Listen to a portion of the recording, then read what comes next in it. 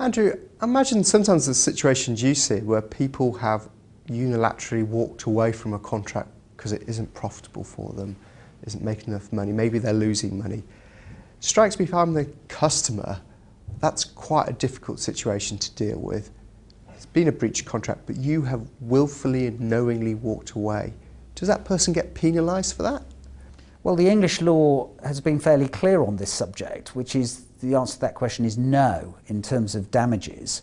You don't have to pay more just because you've deliberately breached a contract, rather than if you, say, negligently breached a contract.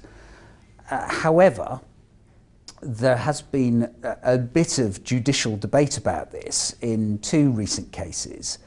In the first case, which sent a real ripple of disquiet amongst people like me and you, both at the litigation end and in the drafting, and that was Net TV and Ma, where a judge said that if the wording of a limitation of liability clause was insufficiently clearly drafted to deal expressly with deliberate breach, then that judge said that he thought that that limitation of liability clause could not apply to a deliberate breach, and therefore from a situation where that wrongdoer's liability would be limited, suddenly that was broken apart and there would be unlimited liability depending on what the loss was. So there's a situation of where the court in that case say, if you deliberately breach the contract, you will be penalised more. However, that was in 2009. 2010, another judge absolutely disagreed with that view and said, no, that cannot be the correct interpretation of the law.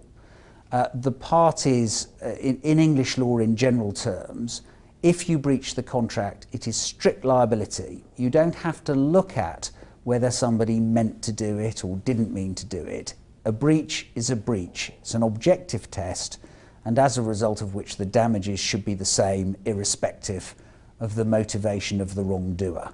And so effectively said, don't follow Net TV and Ma.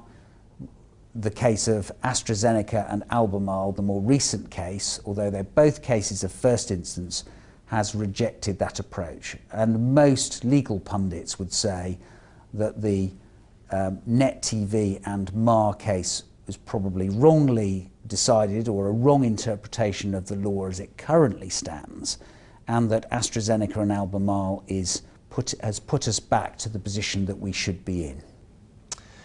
Certainly I'm seeing in the negotiation room this is quite a tough issue. If I'm acting for a customer and I suggest to the other party, what is the position if you willfully breach the contract? Their reaction is firstly, well, of course I wouldn't. But as soon as that issue's been raised and the customer's negotiation of the liability cap changes, suddenly the liability cap isn't just because somebody's poorly performed, may not be their fault, just not doing a very good job. Suddenly they're worrying about, well, what happens if somebody walks away?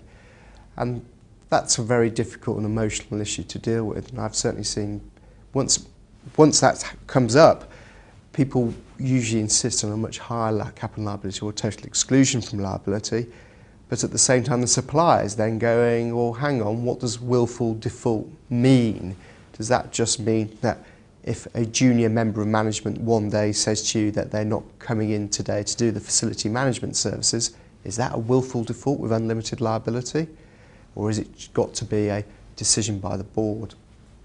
So I think it's a difficult issue. I think people would find it surprising that the courts would say, we're not distinguishing between a willful breach and a normal breach. And I also observe that the Americans seem to be very comfortable with this. If you look at a US-style contract, it will exclude willful default. There won't be lengthy definitions of it. They seem to have got a place where they understand and feel comfortable with that concept, which isn't normally the case, after all, for a US-style contract. No, I think I've got 2 points about that. The first point is, you can see why the simplicity of the English law current position is so attractive, which is that you don't have to look at somebody's motivation.